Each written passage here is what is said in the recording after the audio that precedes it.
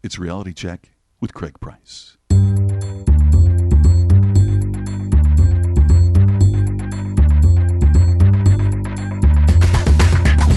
I'm an idiot. 4 minutes in and I'm already wrong. I'm like a monkey. Hello, look at me. You're like a beautiful mind. I'm more like Forrest Gump. So it's, Craig Price is the man. I knew it. Craig, shut up.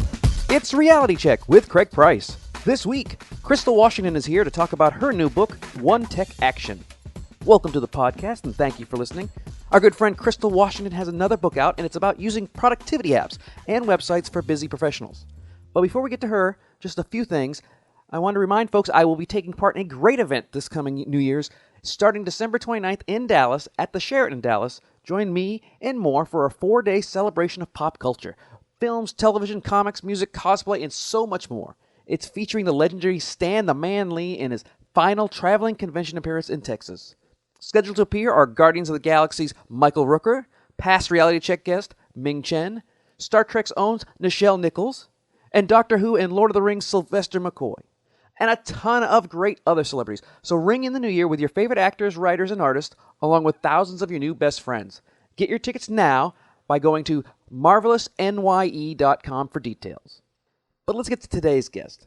Crystal Washington has been one of the show's go-to social media experts, and I keep hearing how apps are taking over. It's one of the reasons I have one, and in fact, you can get a sample of her book exclusively on the app. Head over to realitycheckpodcast.com and click on the apps to pick the one that suits you best. It comes in 3 flavors, iTunes, Google Play, and Kindle. And with so many apps to choose from, it can be mind-boggling. So Crystal has created this great guide to cut the wheat from the chaff and let you figure out which are the top apps that you need to have, and explains why. So sit down, pull out your smartphone or tablet, and get ready to download some useful apps with Crystal Washington.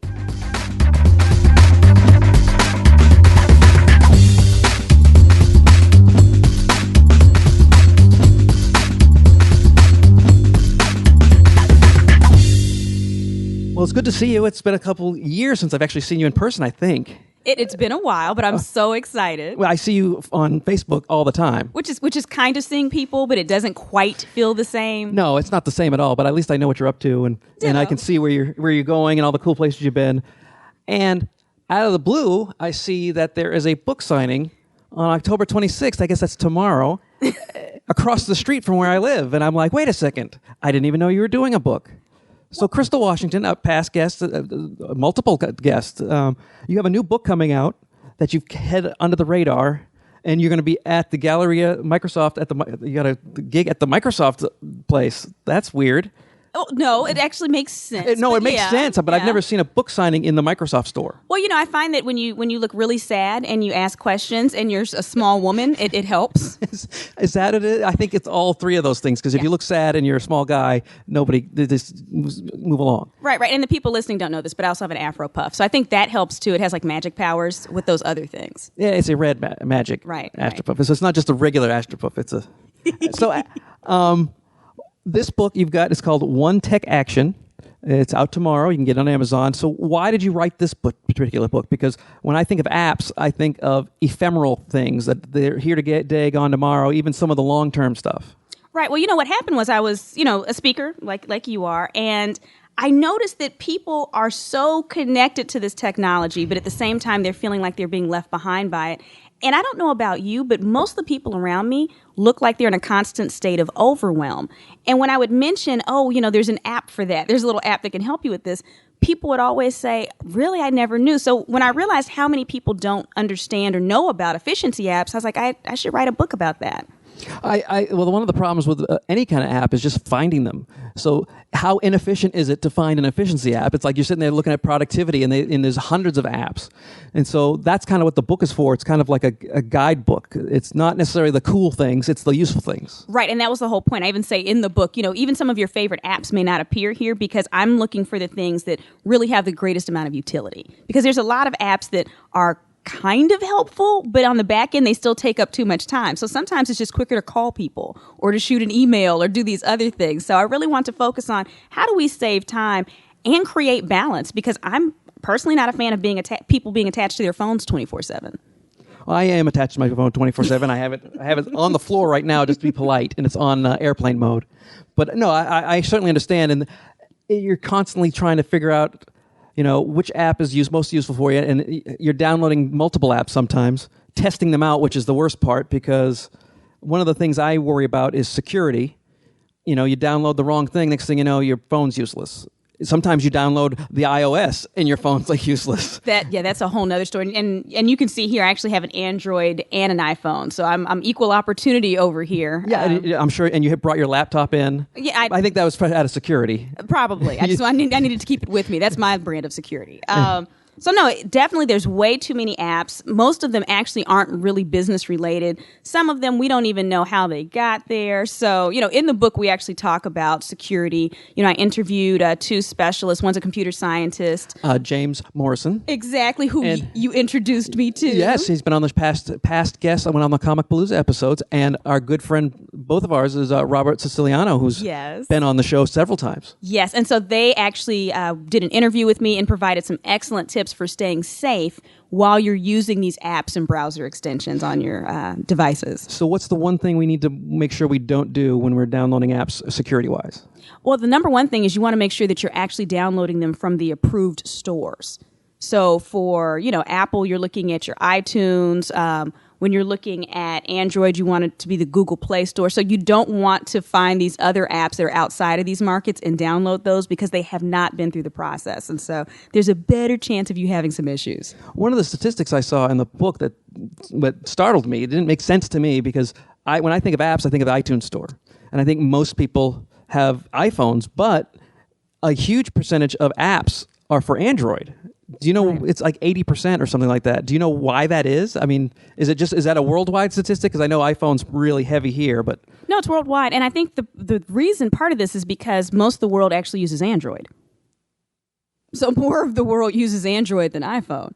And yet you don't see that or think that, because I guess it's brand marketing. They do a good job of saturating the market. Well, it's brand marketing, and it's also something that you see a little bit. There's a shift when it comes to income levels as well. So, different classes use different phone types. So most people can't afford a $600 iPhone. Exactly. Although, Android's catching up. Their prices on some of their things are pretty up there as well. So, yeah.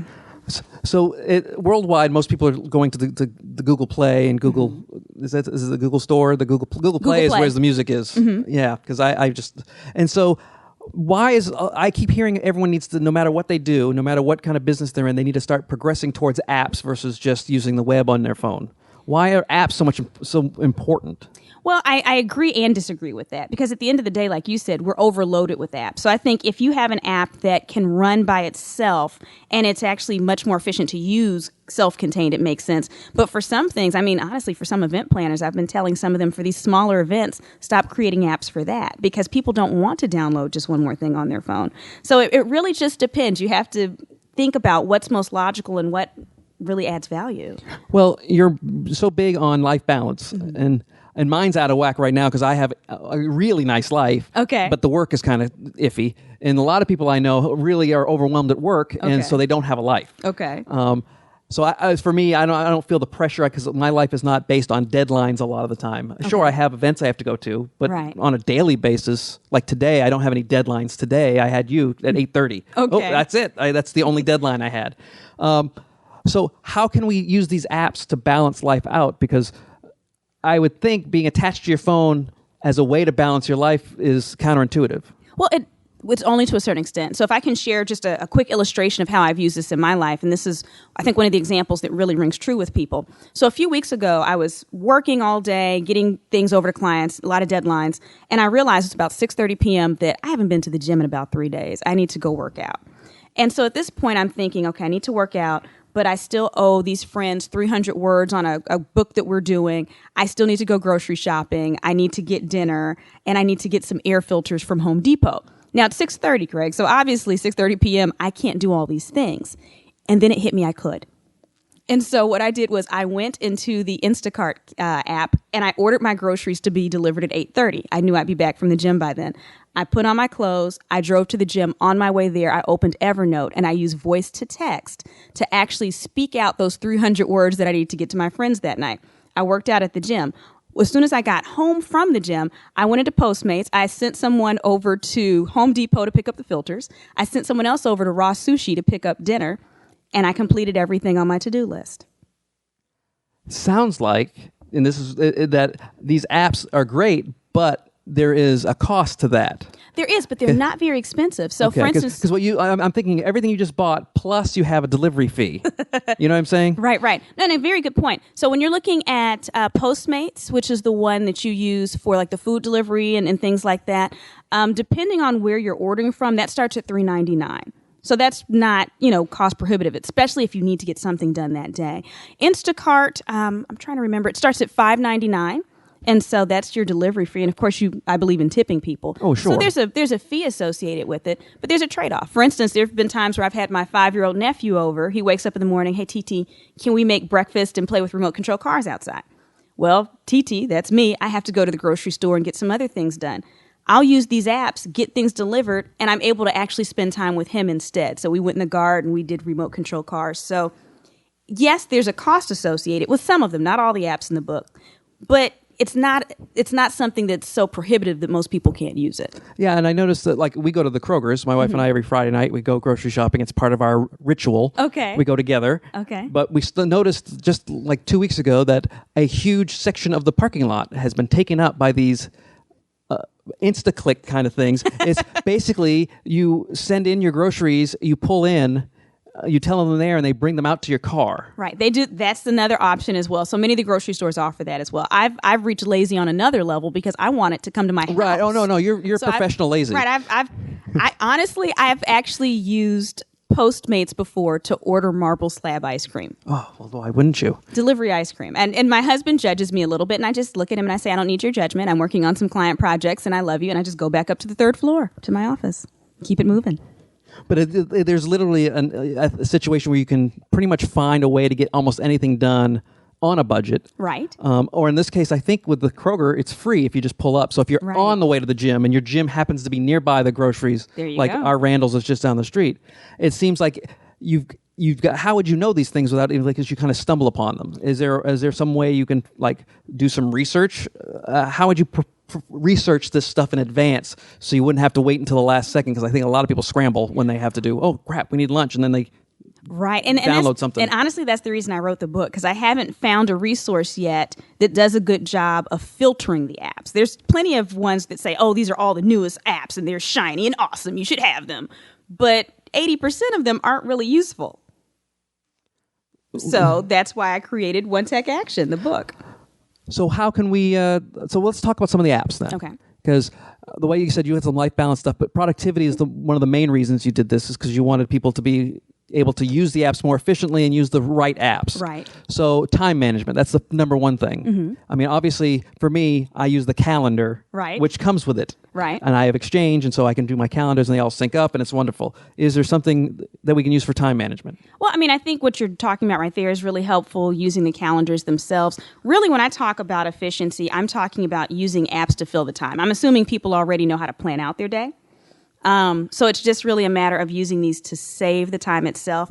I mean, I mentioned tools like Doodle that helps you schedule meetings with multiple people very fast because they're able to come in there and then just kind of check off on a poll all the dates that work for them, and you can schedule mass meetings. So I mentioned tools like that. Also, I go into quite a bit about the virtual assistants that are on your phone. You know, your Cortanas.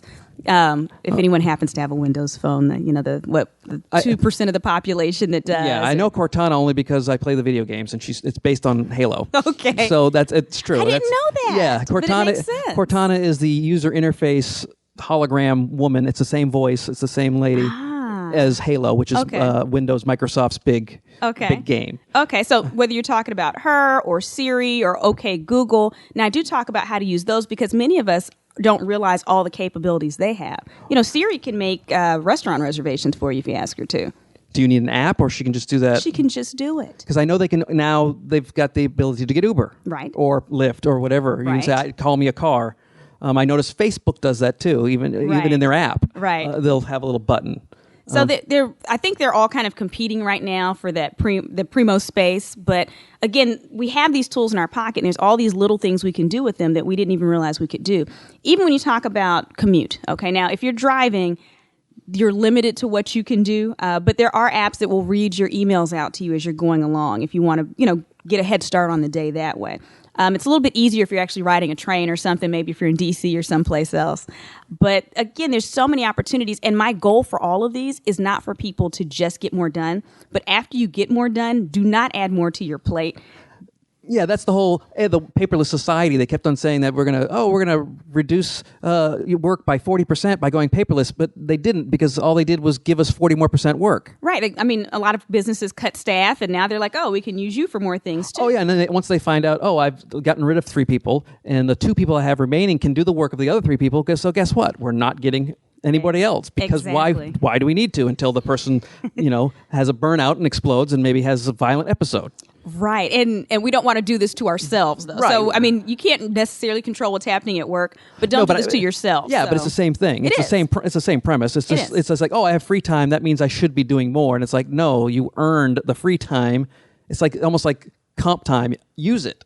Right. And the cool thing is, in the book, I actually have apps that help you with self-development, help you enjoy more free time, help you spend time with friends and family. So we start talking about, ways that you can use them for activities and different things to do with your loved ones as well. So some of this self-development stuff, explain a couple apps. Just give me 1 or 2, because when I think of that on an app, that seems, again, counterintuitive, that I'd be using an app to better myself. I should be getting off the phone and doing something. Well, some of these apps are things that people have heard of, they just aren't fully utilizing. So, for instance, I talk about creating an Evernote folder, so that every time that you see your Evernote notebook, every time that you see something where you're like, I need to read that book, or, I need to see this movie, I think this would actually help me understand this, or whatever better. Or let's say that you want to upgrade your appearance. And so as you're in the mall, you're seeing What is that supposed clothes. to mean?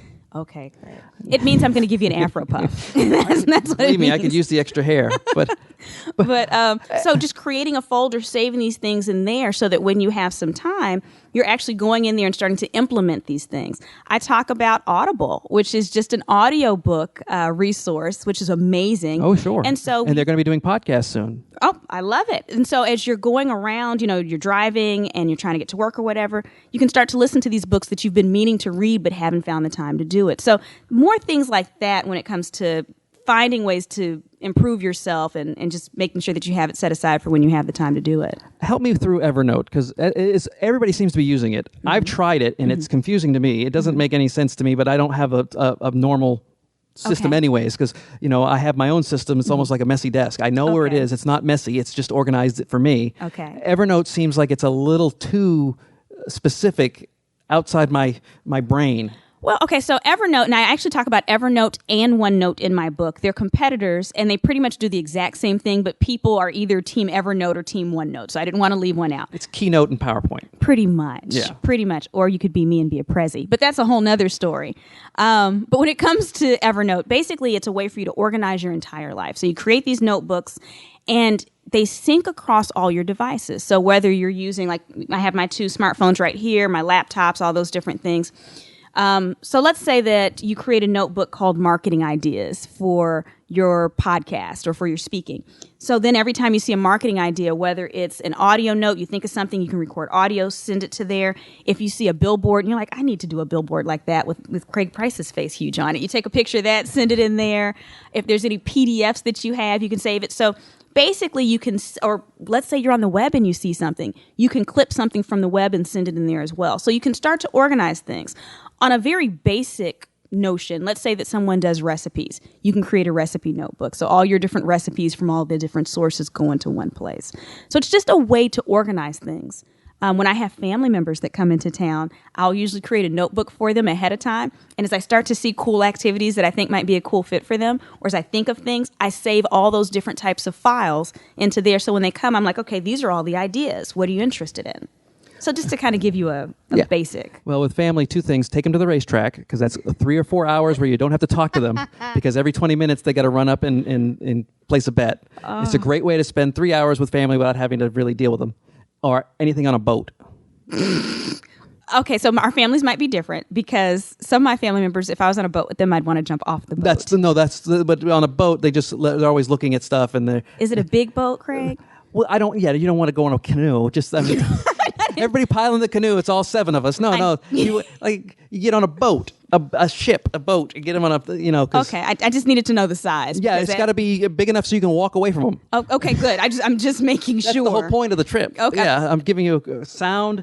experience advice. It's basically go on a cruise. If you go on with family on a vacation, go on a cruise. Cruises are great. The canoe, because in my mind I was imagining a little boat, and I was like, maybe Craig's family's not like my family. No, my family, it was probably just like your family, where you want to. Sure, we love them. Put the fun in dysfunction. Yeah, but we don't need to be around them the whole trip. Amen. And that's why the cruise is so great, because then you just you meet at dinner, Right.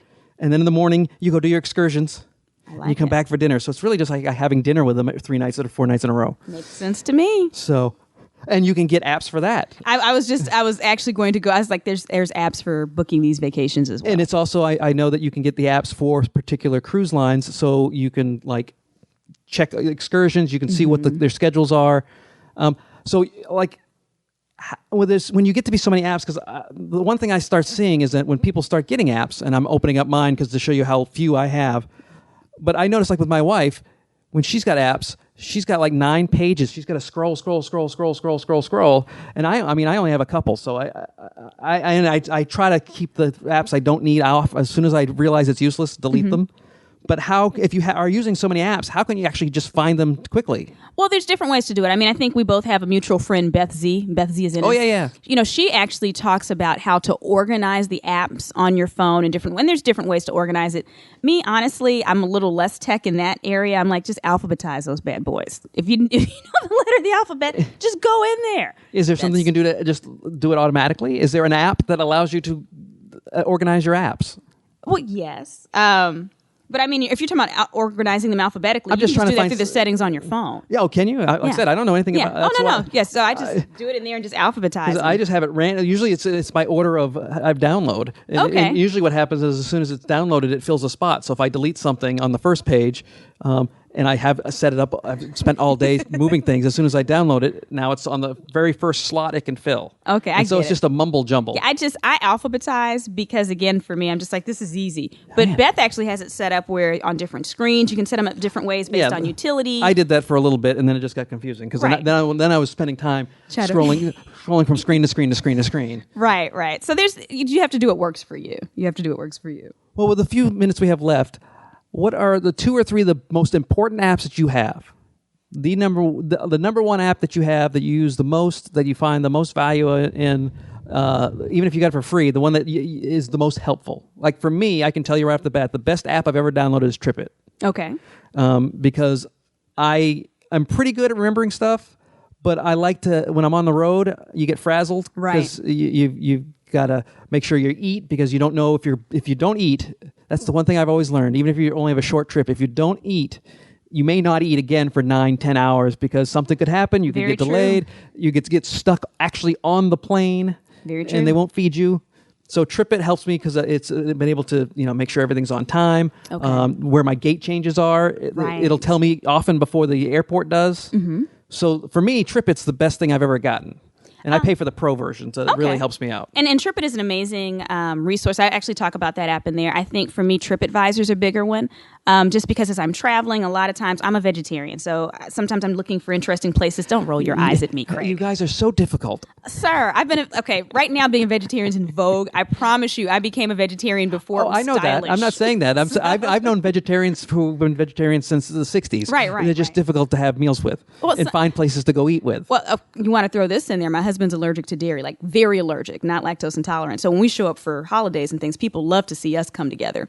But he eats meat, though. So, but yeah, I use TripAdvisor because it helps me find, different restaurants that I can eat at. Also, when I'm going different places, when you're on the road, sometimes you have a little time to kill. Maybe you want to see some museums. I think TripAdvisor is the easiest app for me to use to just find what's near me. Evernote's definitely my lifesaver app, just because I organize my entire life through it. So those are probably my top 2 right there. And I mean, I'll be honest, I use Postmates and Instacart for these delivery services. I use those quite a bit because I'm on the go. And then sometimes I'm making the decision between, am I going to sit here and spend time with my husband or my family, or am I going to go do these errands? And I think for those people that are on the road a lot, or even a lot of the moms where you're outside of the house and maybe you want to spend more time with your kids, it's a great way for you to just make that decision. If I can share one last one I think people should probably be aware of, I really enjoy the home cooking apps.